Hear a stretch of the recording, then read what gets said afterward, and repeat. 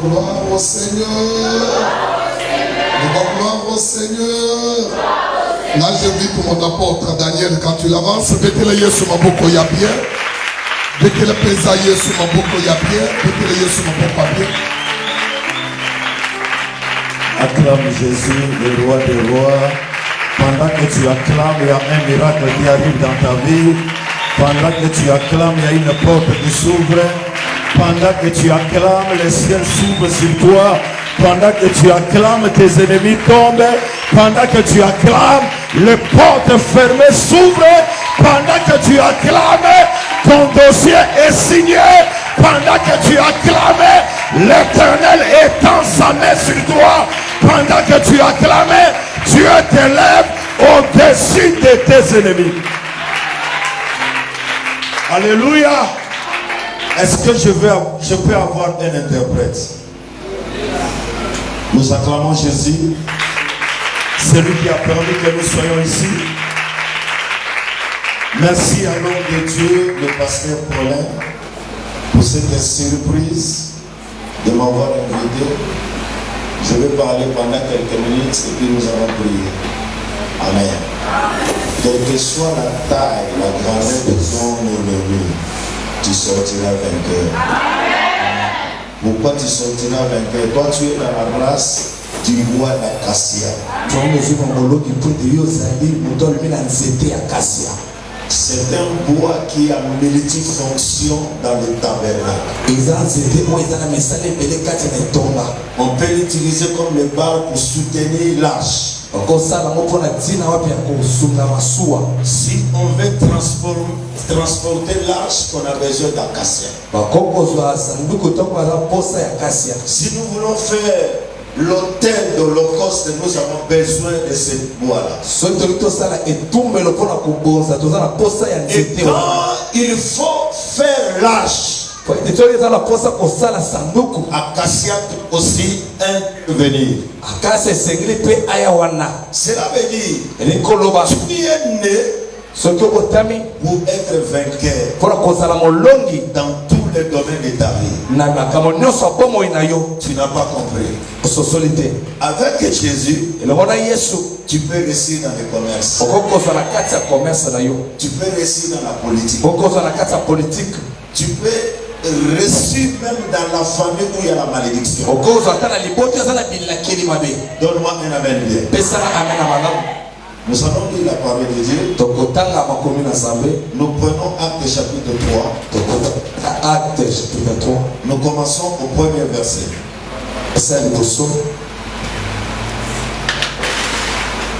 Que Dieu soit loué. On peut nous lire ça? Yes.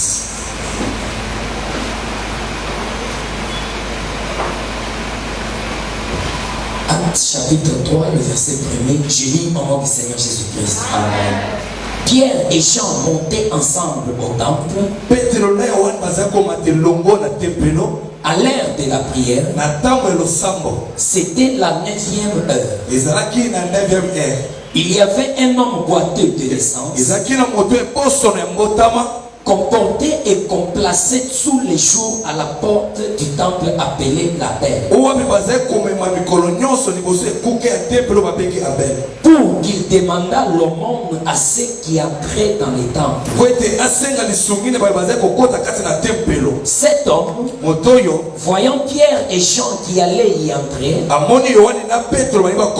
leur demanda l'aumône. Pierre, de même que Jean, fixa les yeux sur lui et dit: regarde-nous. Et il les regardait attentivement, s'attendant à recevoir de quelque chose.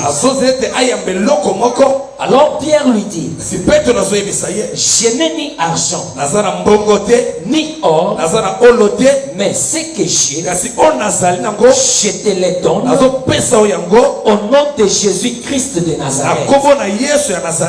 Lève-toi et marche. Amen. Amen. Père, nous te rendons grâce. Merci de bénir ce temps que nous allons passer dans ta présence. Ouais, la parole. Nous déprisons l'œuvre de l'ennemi enseigné. Merci pour la couverture de ton feu et de ton sang. Dans le nom de Jésus-Christ, nous allons prier et nous disons Amen. Amen. Amen. Tu peux t'asseoir, nous acclamons Jésus. Je crois que l'homme de Dieu a déjà dit par rapport à l'homme qui va te prêcher ce soir.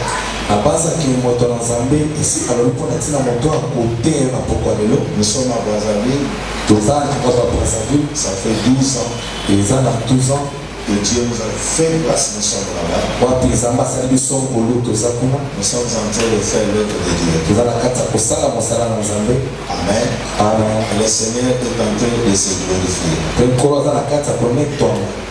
Mais dans cette histoire de la parole ou de l'œuvre de Dieu, j'ai une histoire avec Jésus. Parfois quand tu viens à l'église, tu vois que ton problème dépasse le problème des autres. Quand tu ne connais rien, attention, tu vas pécher devant Dieu. Amen. J'ai grandi dans la souffrance. Même la chaussure, je l'ai portée à un âge adulte. Le français que je parle là, c'est la grâce de Dieu. Tellement Dieu nous a envoyé dans la nation francophone qu'on était obligé de s'adapter à parler français. Comme c'était sa volonté, il nous avait donné la promesse. Et il accomplit cela. C'est pour te dire, rien n'est impossible devant Dieu. Quelle que soit la taille de combat qui est dans ta vie, ne désespère pas. Je te dis, prends courage. Continue à prier. Continue à chercher Dieu. Écoutez, Dieu est bon. Personne n'est comparable à lui. Ce que les hommes n'ont pas fait pour toi, il est capable de le faire pour toi. Même si le monde te déçoit, Dieu ne te décevra jamais. Il n'a pas déçu Abraham. Lorsqu'il a fait confiance en lui, en lui donnant l'unique fils qu'il a eu dans la vieillesse. Si c'était à notre époque, les gens les diraient quoi? Il est malade. Il ne comprend pas ce qu'il fait.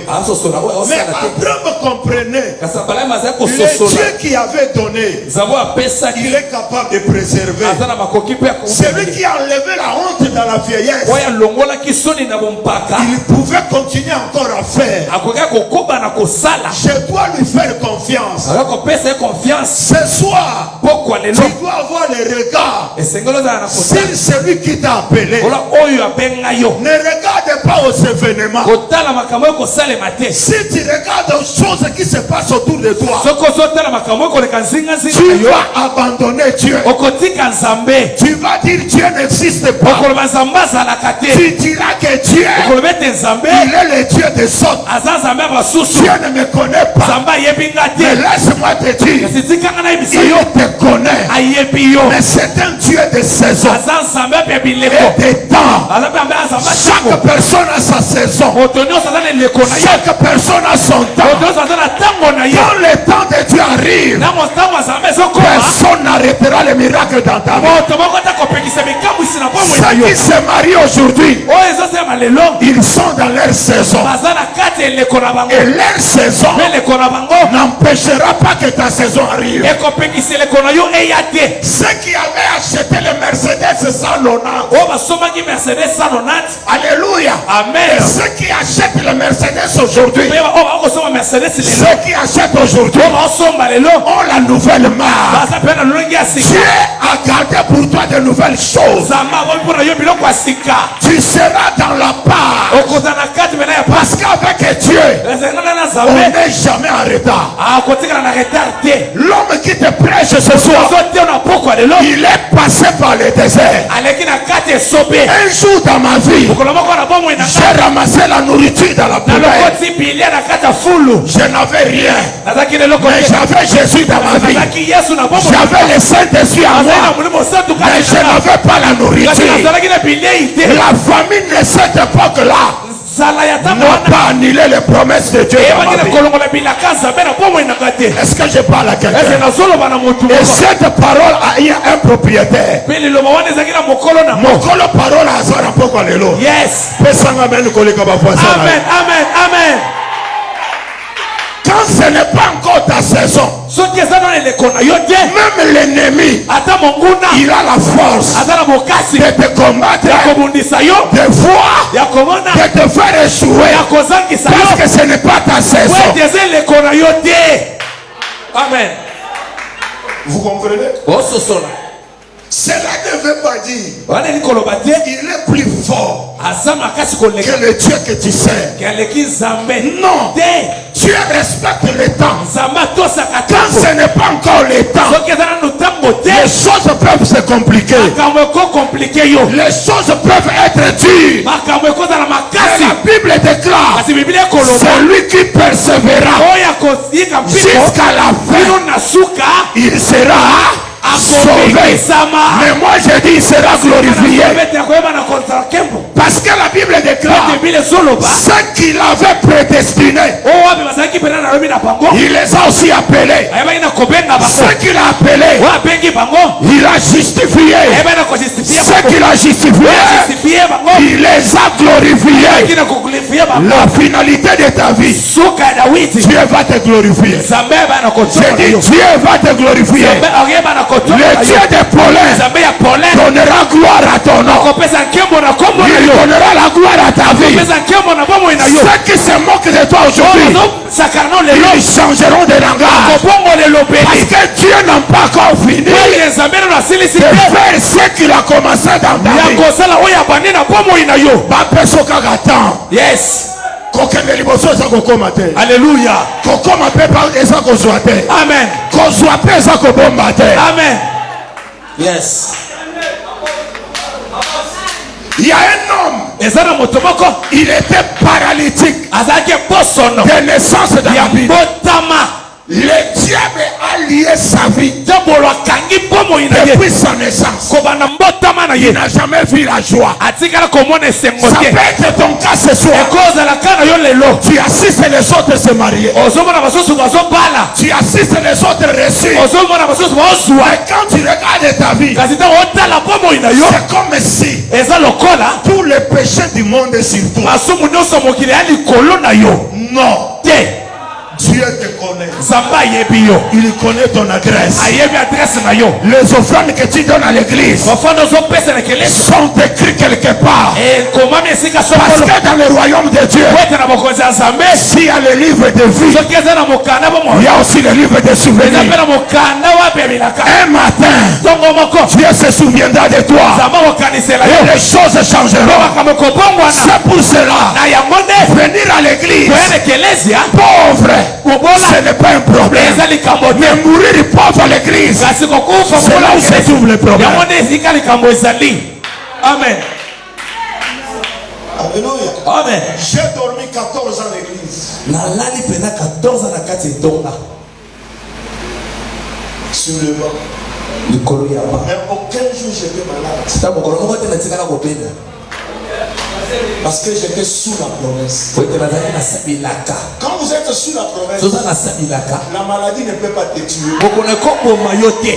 Ça peut venir, mais ça ne te tuera pas. J'ai dit à une personne, la pauvreté ne va pas te tuer, mais Dieu tuera la pauvreté qui est en toi pour se glorifier en toi. Un homme qu'on soulevait chaque jour pour les mettre devant les temples afin de demander l'aumône. cela veut dire pour vivre il dépendait des autres, il fallait qu'on les porte. Si on ne les porte pas, il ne va pas manger, il ne va pas se déplacer, il ne va pas vivre. Ça peut être le cas pour toi aujourd'hui. Toute ta vie tu dépends des autres. Les transports, dormir, manger, s'habiller, se coiffer, il faut attendre des autres. C'était le cas pour la vie de cet homme. Mais je n'ai pas compris. Il y avait les temples, là où il y a la présence de Dieu. Pourquoi ne pas prendre cet homme, l'amener dans les temples pour qu'il soit guéri, afin qu'il soit indépendant? Écoutez ceci, l'homme peut t'aider, il ne finira jamais tes problèmes, parce que lui-même il a ses problèmes. Alléluia. Amen. Si tu comptes sur les hommes, tu seras déçu. Tu vas te fatiguer. Tu vas abandonner Dieu. Je veux que ce soit, quelle que soit la taille de ton problème, la taille de ton combat, la taille de ton ennemi, tu mets confiance en Dieu, parce qu'il ne ment pas. Il ne ment pas. Il ne te mentira pas. Alléluia. Amen. Pharaon était puissant, mais le Dieu de Moïse, il est le tout puissant. Oui, la pauvreté c'est une puissance, la maladie c'est une puissance. Alléluia. Mais le Dieu que tu sers, il est le tout puissant. Pour montrer qu'il est le tout puissant, le jour Moïse se présente devant Pharaon, Pharaon a sorti les serpents, Moïse aussi a sorti ses serpents.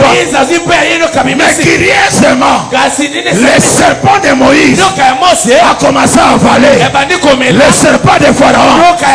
La puissance de ton Dieu, le Dieu de ton père, va avaler la puissance de la sorcellerie de ta famille, la puissance de la pauvreté de ta famille, parce que le Dieu de ton père, il est le tout puissant.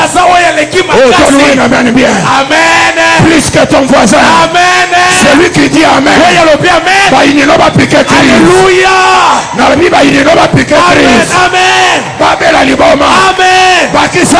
Alléluia. Yes. Loba Zamba Pole. Akomela nguya no sozo tungisangai. Les gens entraient dans les temples. Ils oubliaient cet homme-là. Nous sommes dans un monde de domination. Si tu n'es pas puissant, on va marcher sur toi. Personne dans ce monde te donnera la réussite sur un plateau. Tu vas te battre. Je suis né dans une famille plein de sorciers et de la sorcellerie. Tous les garçons meurent à 28 ans. C'était arrivé le tour de celui qui vit avant moi. Cela est tombé quand j'ai donné ma vie à Jésus. J'ai prié pendant 3 jours. J'ai gêné. Cependant mon frère, sa santé s'empirait, allait vers la mort. Moi là où j'ai prié, Dieu m'a dit, regarde la loi qui est dans votre famille. Aucun garçon ne peut dépasser 28 ans. Parce que tu es venu prier, je vais sauver ton frère. Cette loi, je vais le briser. Depuis cette année, ça fait plus de 20 ans. Aucun garçon n'est mort dans la famille. C'est pour te dire, Jésus-Christ est plus puissant que la mort. Je déclare que tout est mort dans ta vie. Te libère au nom de Jésus. Libère ta santé. Libère tes affaires. Au nom de Jésus. Yes. Mais un jour, ce paralytique qu'on laissait devant les temples, comme les jours de la prière, il y avait des hommes qui venaient entrer dans la prière. Comme d'habitude. Yes.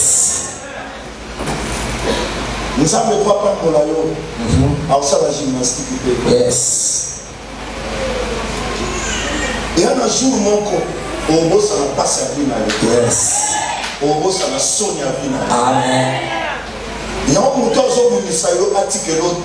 Yes. Tant que Jésus a dans le trône, yes. Amen. Cet homme était devant la porte. Les gens sont entrés dans les temples pour célébrer Dieu. Il est resté là pour demander le monde parce qu'il devait vivre de ça.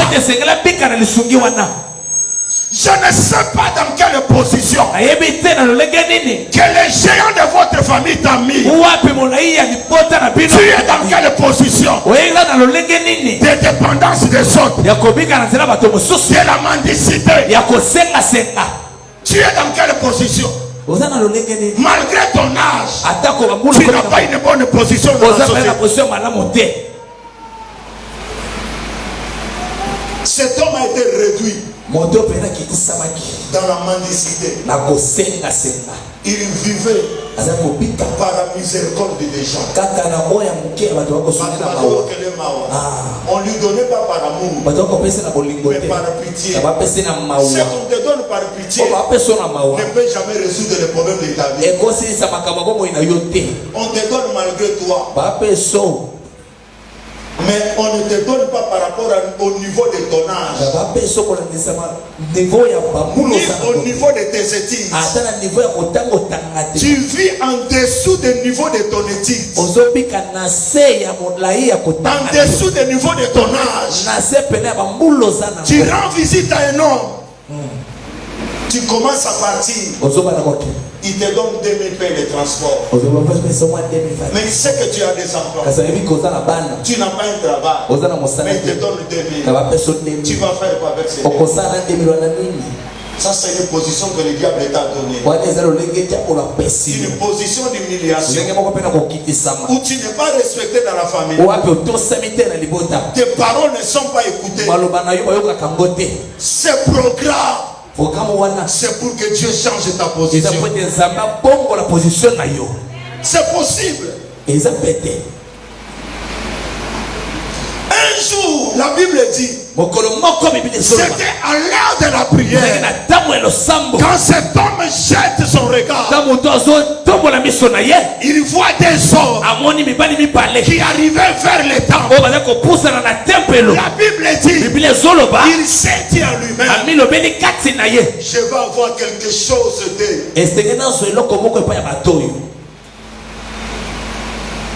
Quand il a vu Pierre et Jean, il a tendu la main. Il a commencé à demander. La Bible dit Pierre et Jean les regardaient. Ils ont dit à cet homme, fixe-nous. Nous n'avons pas l'or, nous n'avons pas l'argent, mais nous avons quelque chose. Qui est Jean? Jean, c'est le prophète de l'Apocalypse. C'est lui qui était capable de rester sur la poitrine de Jésus. Il avait la révélation du temps, le temps de la fin. Il était capable, même quand les yeux physiques étaient crevés, de percer le mystère de Dieu. C'est cet homme-là qui était devant ses parents, qui était Pierre, L'homme que Jésus avait donné la clé. La clé d'ouvrir et de fermer. Et Jésus a dit, ce que tu lieras sur la terre sera lié au ciel. Il y a ici ce soir plus que Pierre, c'est Jésus de Nazareth. Il y a ce soir plus que Jean, c'est lui qui a la révélation de ce que tu seras demain. Quand les gens ne voient rien, lui il voit quelque chose. Voilà pourquoi quand tu as des décisions d'abandonner et que tu viens à l'église, Dieu te parle toujours. Pourquoi? Il a un plan pour toi. C'est pour te dire, n'abandonne pas. Je connais le projet que j'ai formé sur toi. Des projets de bonheur et non de malheur, pour te donner un avenir, une espérance. Les enfants des vainqueurs, vous avez un avenir, vous avez une espérance. Lobby est collé. Alléluia. Lobby est zabino. Alléluia. Vous avez longue. Atabi tu mettez les. Alléluia. Vous avez longue. Amen. Dis à ton voisin, nous sommes des vainqueurs. Un vainqueur ne meurt jamais. Un vainqueur n'abandonne jamais. Un vainqueur ne pleure jamais. Un vainqueur, tu peux te moquer de lui aujourd'hui. Attention, demain c'est pour lui. Alléluia. Alléluia. Amen, amen, amen. Yes. Pierre a dit, fixez-nous. Ce que nous avons, nous allons te donner. Au nom de Jésus, lève-toi, marche. Ce soir, quelqu'un va se lever. Il va marcher. Un commerce va se lever. Ça va marcher. Il y a des dossiers qui seront signés ce soir. Ce soir, j'ai amené la signature du mariage d'un homme, du mariage d'une femme. Je suis venu signer. Je suis venu déclarer le temps de ton élévation a sonné. Alléluia. Le temps de ton mariage a sonné. Fini la saison de la honte. Fini la saison de pleurer. Le Seigneur a regardé ta souffrance. Il a déclaré, c'est maintenant. C'est dans cette saison. Tu sauras que tu es vainqueur. C'est dans cette saison. Tu sauras tu n'es pas n'importe qui. Tu n'es pas n'importe qui. Baba la bakosa. Alléluia. Baswandongo bakosa. Papa. Yayo. Ekoleka. Alléluia. Ceux qui batonga bandako na famille. Alléluia. Yozo tonga immeuble. Alléluia. Ceux qui basomba bakete. Alléluia. Yozo somba chip. Amen papa. Ba voyager bakenda lufu. Alléluia. Yozo vainqueur. Amen. Ozo kene Dubaï. Amen papa. Je t'envoie à Dubaï. Je t'envoie en Chine. Je t'envoie en France. Reçois le visa. Au nom de Jésus. Parce que tu es vainqueur. Aucun ennemi, quel que soit Satan, ne peut sortir vainqueur devant toi. Alléluia. Voilà pourquoi je ne crains pas. Nous sommes la race de Siméon. Les gens qui ne meurent pas sans avoir vie, je ne mourrai pas. Si la prophétie qu'on m'a donnée, ça ne s'accomplit pas, tout le monde va mourir. Sauf toi. Sauf toi. La mort va te sauter. Ça va aller chez les voisins. Ça va aller chez tes ennemis. Parce que tu es sous la promesse. Aussi tu es sous la promesse. Donne-moi un amen. Plus que ton voisin. Plus que ton voisin.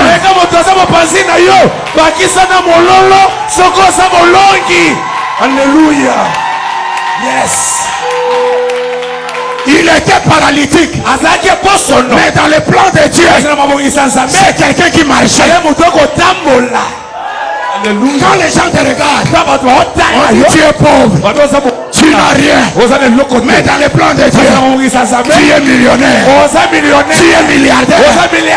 C'est toi qui prendras la charge de la famille. Je prophétise sur toi. Ceux qui se moquent de toi aujourd'hui, tu les prendras en charge. Tu les prendras en charge. On fout là-bas dans l'école. Alléluia. On remet là-bas la voyage. Alléluia. Parce qu'on a mon nom. Alléluia. Yes.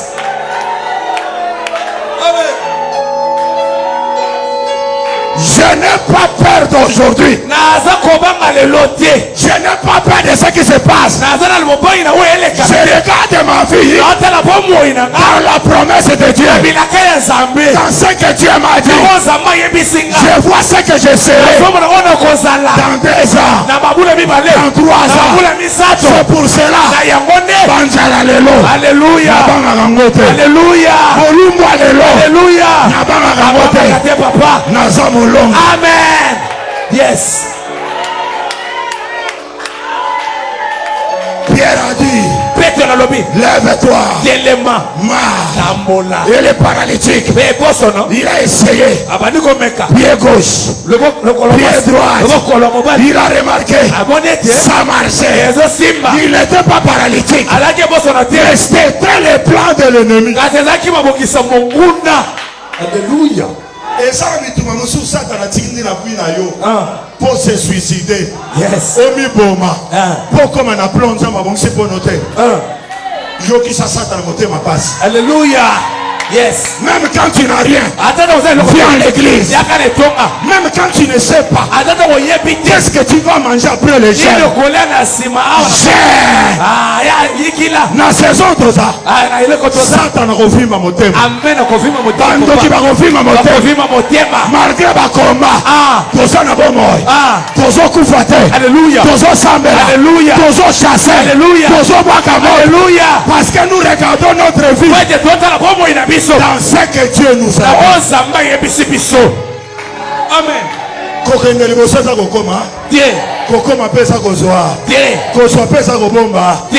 Quand il était guéri, au lieu de rester là, il a changé la position. Après cette soirée, tu vas changer de position. Ta façon de voir les choses va changer. Ta façon de servir Dieu va changer. Ta façon de venir à l'église va changer. Ta façon de donner va changer. Parce qu'il y a un miracle qui arrive. Dieu va tourner la page. Il va changer la honte à la gloire dans ta vie. Au lieu de rester là, la Bible dit, il a suivi Pierre. Quand les gens ont vu Pierre, les gens entraient dans le temple. Ils connaissent Jean, ils connaissent Pierre. Mais la troisième personne, Alléluia.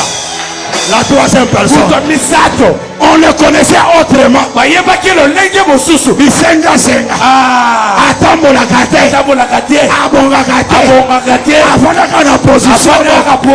Mais ce matin, ils étaient étonnés de voir celui qui ne marchait pas commencer à marcher. Commencer à marcher. Il n'a pas seulement marché, il a commencé à sauter. Je dis à une personne, ta vie dans cette saison, ça ne va pas seulement marcher, mais ça va sauter. Tu vas sauter. Et quand tu vas sauter, Amen. Amen. Alléluia. Alléluia. Amen.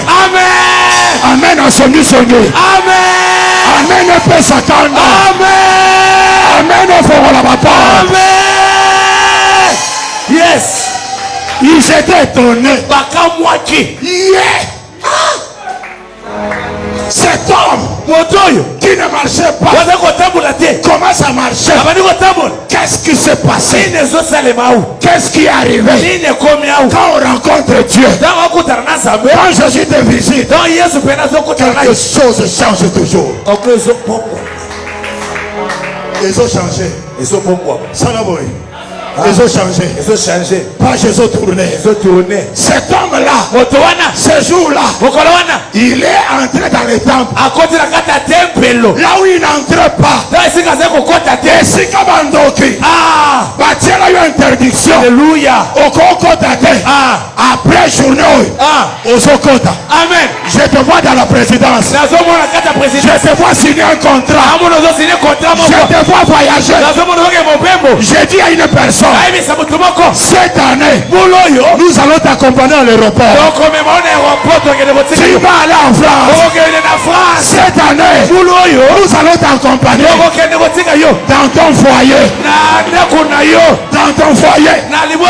Cette année, nous allons t'accompagner à la maternité. Yes. Donne-moi un amen bien. Amen. Cet homme qui ne marchait pas, ce jour-là, il entrait dans la cour de gras. Est-ce que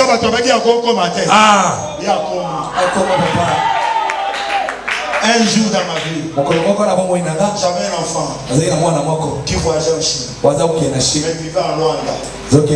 S'il vient ici à Kinshasa, il me voit, j'ai pris pour lui, il va faire cette affaire en Chine. Mais cette année-là, il est venu samedi, il est parti en Guangzhou.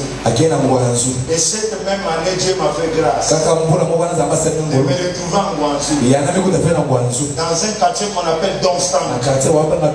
Pour ceux qui sont déjà allés à Guangzhou, je suis entré dans le marché, n'attends la musique dans mon lit. La Bengeji.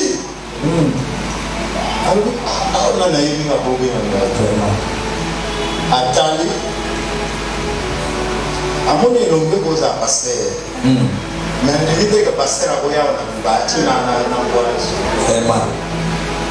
la Bengeji deux fois. Troisième fois. Attends, papa. Pourquoi on est frère? Moi je sais un Dieu. Tu vas entrer dans la cour de grâce. L'ennemi qui te combattait, il va tomber ce soir. Il y a une chaîne qui va tomber. Et puis il va combattre. Amen. Alléluia. Et quand ce paralytique est entré dans l'église, les gens ont oublié les cultes. Ils ont oublié Pierre. Parce que Pierre n'a Jean. Tous les regards étaient maintenant sur les paralytiques. Alléluia. Tu vas commencer à attirer les regards de plusieurs.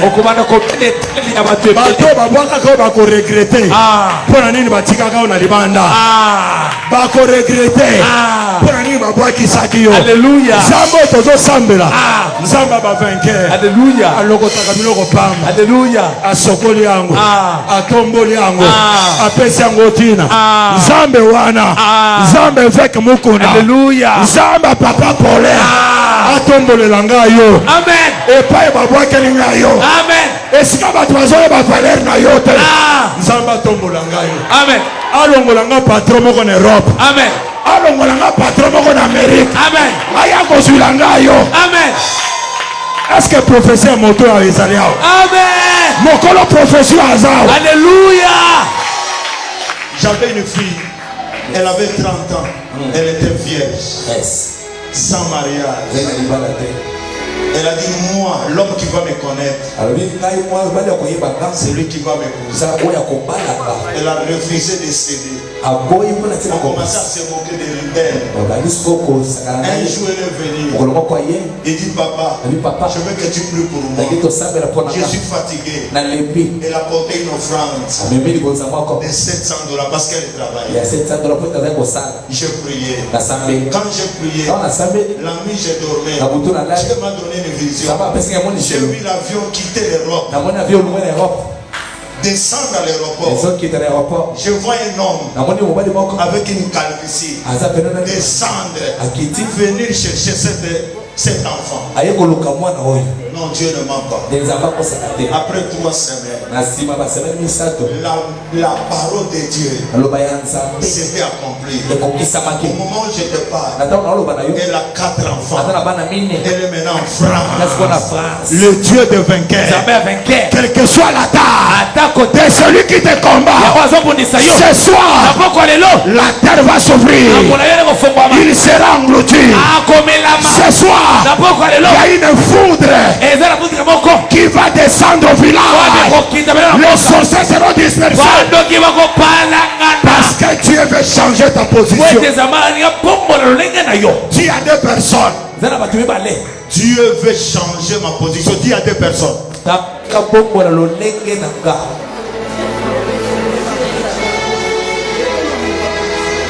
La soya se comprend de te changer ma demi balai aussi.